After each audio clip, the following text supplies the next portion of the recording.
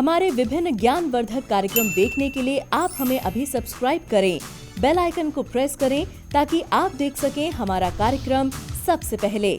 और अधिक जानकारी के लिए फेसबुक पेज को लाइक करना न भूलें। जय माँ इंद्राक्षी। इंद्राक्षी धाम में दर्शकों आप सभी का हम हार्दिक स्वागत करते हैं। आज के दिन जिन जातकों का जन्म दिवस है, मैरिज एनिवर्सरी है, उन सभी को हमारी तरफ से बहुत बहुत शुभकामनाएं। आज हम बात करने वाले हैं काकबंधिया। कई बार आपने सुना हो कि कहीं संतान नहीं हो पाती तो क्या काकबंधिया भी कोई दोष होता है, या कोई किसी की कोख को बांध सकता है। बहुत सारी चीज़ें कई बार हमें भ्रम जाल में फंसा देती हैं। बहुत कुछ क्लियर आज के इस अंक में हम आपको करने वाले हैं।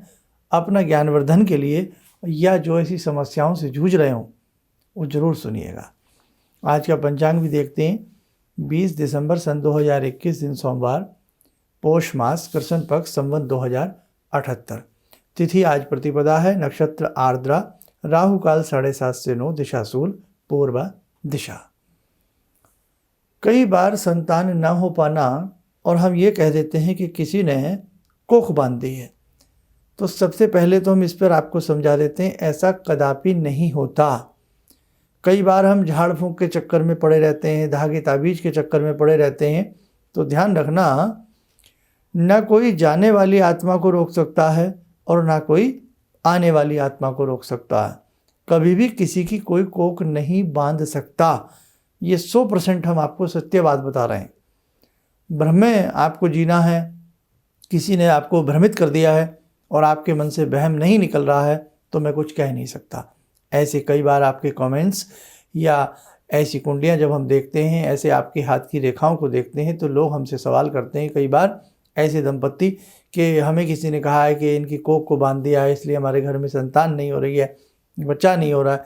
तो उनको समझाना उस समय हमारे लिए बड़ा द्रोह हो जाता। तो हमने सोचा एक आपको समझा दें। हम ऐसे बहुत लोग पीड़ित होते हैं, तो जहाँ संतान ना होती हो तो ये कदापि ना समझें कि किसी ने कुछ बंधन कर दिया है जिसकी वजह से संतान नहीं हो रही है। क्यों? ये आत्मा जब शरीर से निकलती है कोई नहीं रोक सकता, और जब कोई देह हमारे अंदर जन्म लेने के लिए आतुर हो, कोई आत्मा आने के लिए आतुर हो, तो कहीं ना कहीं उसे भी कोई नहीं रोक सकता, न आने वाले को न जाने वाले को। ये ध्यान रखना। दूसरी बात, हाँ, ज्योतिष में काकबंधिया दोष होता है। ये दोष होता है। अब वो काकबंधिया से ही कोक बंधन उसका अपभ्रंश हो गया, मतलब उस शब्द को कहीं और तोड़ मरोड़ करके किसी ने प्रस्तुत कर दिया। तो काकबंधिया जरूर होता है। उसमें पंचम भाव में अगर कुछ विपरीत ग्रह हों तो वहाँ से ये सारी चीज़ें पता लगती हैं। किसी भी जाति का की पंचम भाव की जो स्थिति होती है उसको देख करके ये सारी चीज़ें जानी जाती हैं, या हथेली से जानी जाती हैं। अब पंचम भाव कुंडली में क्या होता है, आइए मैं आपको स्क्रीन के ऊपर दिखा देता हूँ। अब देखिए, ये पंचम भाव है। जहाँ ये निशान आप तीर का निशान देख रहे हैं, एरो का, ये पंचम भाव होता है। या देखो किसी के क्या ग्रह बैठे हैं। अब विपरीत ग्रह वो तो कोई आपको जो एस्ट्रोलॉजर होंगे वही बताएंगे। वहाँ पर मंगल आ जाए, मंगल के साथ शनि आ जाए, वहीं सूर्य आ जाए, या सूर्य और राहु आ जाए, तो ये विपरीत ग्रह है ना। तो मैं आपको वो दोष तो संपूर्ण नहीं समझा पाऊंगा क्योंकि समय छोटा होता है कार्यक्रम में, लेकिन विपरीत ग्रह अगर कुंडली में बैठेंगे तब ये दोष उत्पन्न होता है। या यूं कह लें, संतान ना होने की स्थिति भी कई बार इन ग्रहों की वजह से उत्पन्न हो जाती है। अब दूसरी बात बताता हूं। किसी भी जातिका की जन्म पत्रिका के पंचम भाव से हम उसकी संतान की स्थिति देख लेते हैं। अगर किसी के पास जन्म पत्रिका ना हो, कुंडली ना बनी हो, तो हथेली में सबसे छोटी उंगली होती है ये, और इसके नीचे होती है हृदय रेखा। उसके एक बीच का स्थान होता है, वहाँ बहुत पतली लाइंस होती हैं, वहाँ देखा जाता है। अब लाइंस तो मैं आपको नहीं दिखा सकता, लेकिन हथेली में वो स्थान कहाँ होता वो मैं आपको बता सकता हूँ। आइए आप अपनी फुल स्क्रीन के ऊपर देखें। देखिए, ये एक हाथ हमने आपको दिखाया है। इस हाथ में जो सबसे छोटी उंगली है, लिटिल फिंगर, इस उंगली के नीचे जो गद्दी नुमा स्थान है, बाहर की तरफ को वहाँ पर बहुत पतली पतली महीन रेखाएं होती हैं, उनसे संतान का गणित लगाया जाता है। और ये क्षेत्र कहाँ से कहाँ तक होता है? ये क्षेत्र लिटिल फिंगर के मरकरी माउंट से बुध पर्वत से लेकर के नीचे जो हृदय रेखा बनी है उसके बीच का ये क्षेत्र होता है। तो वहाँ पर ये चीज़ देखी जा सकती है कि इस घर में आपके भाग्य में संतान लिखी है या नहीं लिखी है, या किस प्रकार की संतान आपके घर में जन्म लेगी। तो अभी आपने ये हाथ का मैप देखा, ये बहुत बारीक गणना होती है ना। तो इसलिए कभी भी अगर आप एस्ट्रोलॉजी सीख रहे हैं या इस आप क्षेत्र में हैं तो किसी को भी ऐसे नहीं डरा देना चाहिए। पहले अच्छे से उसका हाथ देखिए, समझिए आपको भी वो रेखा दिख रही है नहीं दिख रही है, फिर आप उस रेखा के गणित में कितने पुराने मास्टर हैं, कितने पुराने टीचर हैं, कि आपने पहले ऐसी रेखाएं देखी तो क्या वहाँ संतान थी या नहीं थी। बहुत सारा गणित व्यक्ति का अनुभव उसे सिखा देता है। तो आज हमने आपसे 2 बातें की। नंबर 1, काक दोष, काक बंध्या दोष होता है। ये दोष होता है जो हमारे प्रारब्ध की वजह से, हमने प्रारब्ध में क्या किया है भाई। देखो ज्योतिष में और हमारे सत्य सनातन धर्म में तो पूर्व जन्म, प्रारब्ध, अगला जन्म, मोक्ष, ये सारी चीज़ें मानी जाती हैं। अब जब ये मानी जाती हैं तो वहीं से इस चीज़ को भी स्वीकार करना पड़ेगा कि काक बंध्या दोष होता है। लेकिन कोई किसी की कोक बांधे ये नहीं होता। आपको ये सब्जेक्ट समझ में आ गया? ऐसे बहुत दिनों से मेरे पास फ़ोन कॉल्स थी, ऐसे बहुत लोगों से बीच में भी बातें होती रहीं, तो आज मैंने उनको ये समझाया है। या कोई इस सब्जेक्ट से पीड़ित हो कि किसी ने कह दिया कोक बांध दी गई, ऐसा नहीं होता। किसी ने आपकी कुंडली देख करके आपको काक बंधिया बताया हो, उसके भी उपाय हैं, और जहाँ संतान ना होती हो वहाँ भी उपाय हैं। अब यहाँ 2 चीज़ें ध्यान रखना, मेडिकल हेल्प भी लेना। ऐसा नहीं है कि आप मेडिकल हेल्प नहीं ले रहे हैं, मेडिकल अपनी जगह, आप मेडिकल क्षेत्र से भी लाभ लीजिए, अपना ट्रीटमेंट कराइए। कई बार बच्चेदानी में कोई समस्या होती है, कई बार उसकी जो ट्यूब होती हैं वो ब्लॉक हो जाती हैं, या और भी बहुत सारी समस्या होती हैं, छोटी छोटी गांठें बन जाती हैं, सिस्ट बन जाती हैं। तो वहाँ पर भी आपके शुक्र और आपके मंगल सही नहीं होंगे, निश्चित पता लग जाता। तो आपको परेशान नहीं होना है, आप मेडिकल से भी सहारा लें, और कोई अच्छे आपके अनुभवी एस्ट्रोलॉजर हों उनसे भी आप ये अपनी समस्या का जो समाधान ले सकते हैं कि हमें क्या करना चाहिए। कुछ उपाय हैं जो मैं आज के इस कार्यक्रम में आपको बता रहा हूँ। नंबर 1, संतान गोपाल स्तोत्र का प्रतिदिन पाठ करें। दंपत्ति, पति भी करे पत्नी भी करे। पति बिल्कुल करने को तैयार ना हो तो पत्नी तो करें ही करें। प्रतिदिन संतान गोपाल स्तोत्र का पाठ करें। संतान गोपाल मंत्र की 1 माला प्रतिदिन अपने घर में लड्डू गोपाल जी को स्थान दे करके लड्डू गोपाल जी की स्थापना करें। उन्हें बाल स्वरूप समझ करके बाल रूप में ही लड्डू गोपाल जी की प्रतिदिन पूजा करें। और फिर आप प्रतिदिन लड्डू गोपाल जी को भोग आदि लगाएं। किसी से अच्छे से उसका पूरा सीख लें, नहीं तो एक एपिसोड ये भी बना दूंगा कि लड्डू गोपाल जी की घर में स्थापना कैसे की जाती है, और उनको निमित्त रूप में या नित्य रूप में किस प्रकार से भोग अर्चन लगाएं। तो जब तक आपके घर में संतान ना आ जाए तब तक लड्डू गोपाल जी की मन से पूजा करें। संतान गोपाल स्तोत्र पढ़ें, संतान गोपाल मंत्र पढ़ें, और संतान आने के बाद भी जीवन में हमेशा लड्डू गोपाल की सेवा करते रहें। उन बाबा की कृपा से आपके घर में संतान आई है। दूसरी बात,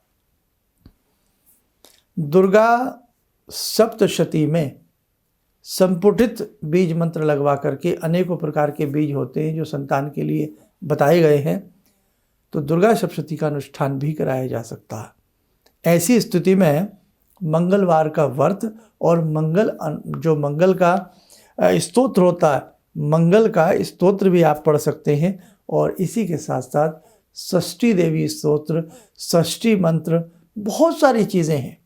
ये तो मैं आपको इसलिए छोटा छोटा बता रहा हूँ ताकि आप किसी से मिलें और उनमें से कोई चीज़ वो आपको बताएं। आप ज़रूर कीजिएगा, आपके घर में संतान की किलकारी आएगी, आपकी झोली भरेगी और आपके घर में भी खुशियाँ लौटेंगी। आज का मेरा सब्जेक्ट उस पर फोकस नहीं था कि मैं उपाय क्या दूं, लेकिन मेरा ये फोकस था कि अगर कहीं संतान ना हो तो आप इतना झाड़ फूंक ताबीज धागों के चक्कर में ना पड़ें, कर्म सुधारें, कर्म करें। अब वो कर्म अच्छा कर्म भी करें और उसी कर्म में भगवान का नाम लें। मंगल स्तोत्र के साथ साथ दुर्गा सप्तशती को प्रतिदिन क्लीम बीज लगा करके संपुटित करके प्रतिदिन एक पाठ करें, 4-6 महीने करें। भगवती की कृपा आपके घर में जरूर बरसेगी। गौ माता की सेवा करें। आप और हम तो बहुत ही कुछ भी नहीं है। राजा दशरथ जब संतान नहीं थी तो राजा दशरथ ने भी पुत्रेष्टि यज्ञ कराया था घर में। सबने रामायण तो पढ़ी है ना, इतना तो पता ही है। तो वहाँ भी पुत्रेष्टि यज्ञ कराना पड़ा। और किस प्रकार से राजा महाराजाओं की, अब आपने बहुत सारी बातें सुनी है कि किसी स्वामी जी आए, उनके घर में कहा कि 5,000 गायें दान करें। उस समय की बातें हैं। और या आप ऐसे इतने वर्ष ये तपस्या करें तब संतान मिलेगी। देखो, पुत्र कलत्र यश वैभव जन्म मरण ये सब लिखा होता है। बस उस लिखावट को और अच्छा लिखने के लिए और उसे आसान करने के लिए हमें अपने भगवान का सहारा लेना पड़ता है। और हम भगवान से मांगें, हमारा अधिकार बनता है। अपने दुख जब हम किसी से नहीं कह पाते हैं तो अपने घर में जगजननी जो विराजमान हैं या जिनको भी आप मानते हैं, हम अपना दुख उनसे कहते हैं। और वास्तव में भगवान अनंत हैं, सर्वस्व हैं, वो हमारी सुनते हैं। बस आप अच्छे से अपनी पुकार को कहिएगा, वो जरूर सुनेंगे। बस आज मुझे यही समझाना था। काक बंदिया की बात बता दी मैंने। तो यदि कहीं कोई संतान की किसी के घर में पीड़ा हो, दुर्गा सप्तशती पढ़े। सर्वा बाधा विनिर्मुक्तो धन धान्य सुतान्वित मनुष्य मत प्रसादेन भविष्यति न संशय। इस मंत्र की रोज एक माला करें तो भी संतान के सुख मिलता है। संतान गोपाल का मंत्र पढ़े, संतान गोपाल का स्तोत्र पढ़े तो भी वहाँ पर संतान की प्राप्ति होती है। और देखो, ये तो थी मोटी मोटी बातें। अधिक गहराई के लिए आप किसी विद्वान को अपनी कुंडली दिखाएं। कुंडली ना हो तो हाथ की रेखाएं दिखाएं और फिर जानें कि भाई कारण क्या है और उसके लिए हम क्या उपाय कर सकते हैं।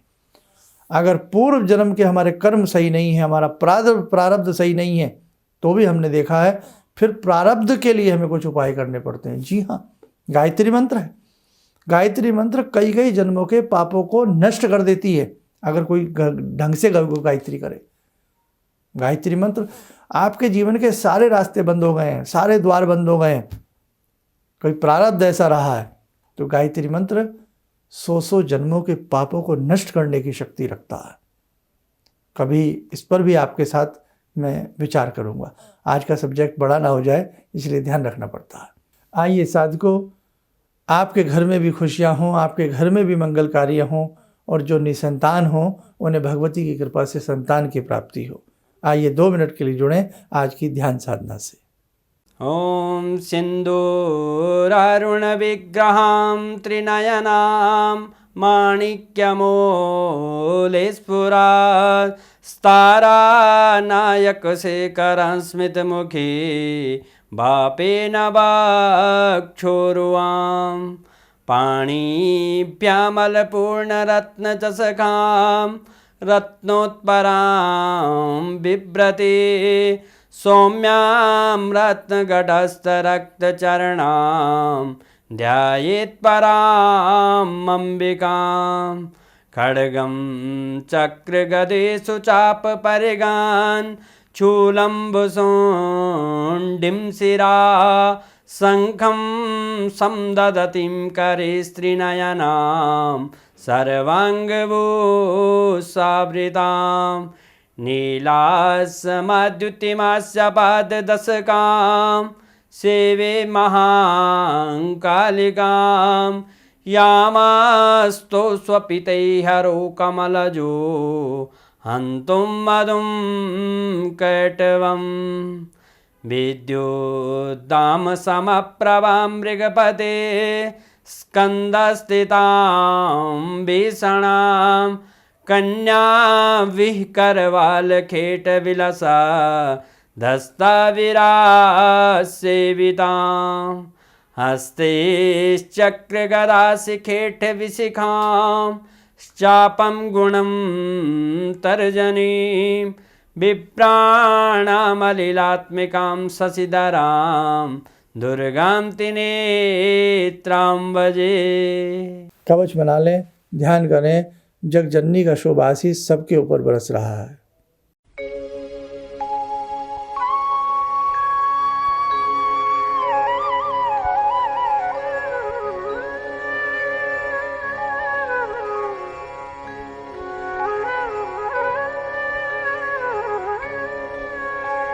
ओम बोलते हुए नेत्र खोलें, सामान्य हो जाए। तो देखो, बस आज मैंने जो समझाया उसे अच्छे से समझने का प्रयास करना। और यदि आप हमारे यहाँ से कोई परामर्श लेना चाहते हैं तो उसके लिए आप हमारे दिए गए नंबर पर संपर्क कर सकते हैं और ज्योतिषीय परामर्श आप ले सकते हैं, चाहे आप देश विदेश में कहीं भी रहते हैं। आप स्वस्थ रहें, सुखी रहें। इन्हीं शुभकामनाओं के साथ हम अपनी वाणी को विराम देते हैं। जय माँ इंद्राक्षी। गुरु जी से मैं तब से जुड़ा हूँ जब से वो एक चैनल आती थी P7, उसी से मैं जुड़ा हुआ था। और गुरुदेव से हमारी जब मुलाकात हुई तो मैं आश्चर्यचकित रह गया जब उन्होंने हमसे बताया कि आपके साथ ऐसे ऐसे हुई। तो मैं इतना आश्चर्य हो गया कि इन्हें कैसे मालूम, और इतना बढ़िया इन्होंने बताया जिसके वजह से मैं आज तक उनसे प्रभावित हूँ। और इनका बताने का शैली वगैरह इतनी बढ़िया है जो हम अपने क्लास के टीचर से भी उतना बढ़िया नहीं समझ पाते थे। ये हमें बहुत पसंद आई। और दूसरी बात कि इनके साथ जितने भी मैं जब से जुड़ा रहा, जो भी समस्या आई, मैं बहुत ही अच्छा तरह से मेरे सॉल्व होते चले गए। और आज तक मैं उनके आशीर्वाद से मैं बहुत सुखी हूँ। किसी भी समस्या के समाधान के लिए मिले प्रसिद्ध हस्तरेखा एवं वास्तु विशेषज्ञ प्रोफेसर धर्मेंद्र शर्मा जी से। नोट: शिविर में भाग लेने हेतु एवं व्यक्तिगत रूप से मिलने के लिए कॉल करने का समय सुबह 10 बजे से शाम 6 बजे तक। हमारे विभिन्न ज्ञानवर्धक कार्यक्रम देखने के लिए आप हमें अभी सब्सक्राइब करें, बेल आइकन को प्रेस करें ताकि आप देख सकें हमारा कार्यक्रम सबसे पहले। और अधिक जानकारी के लिए फेसबुक पेज को लाइक करना न भूलें।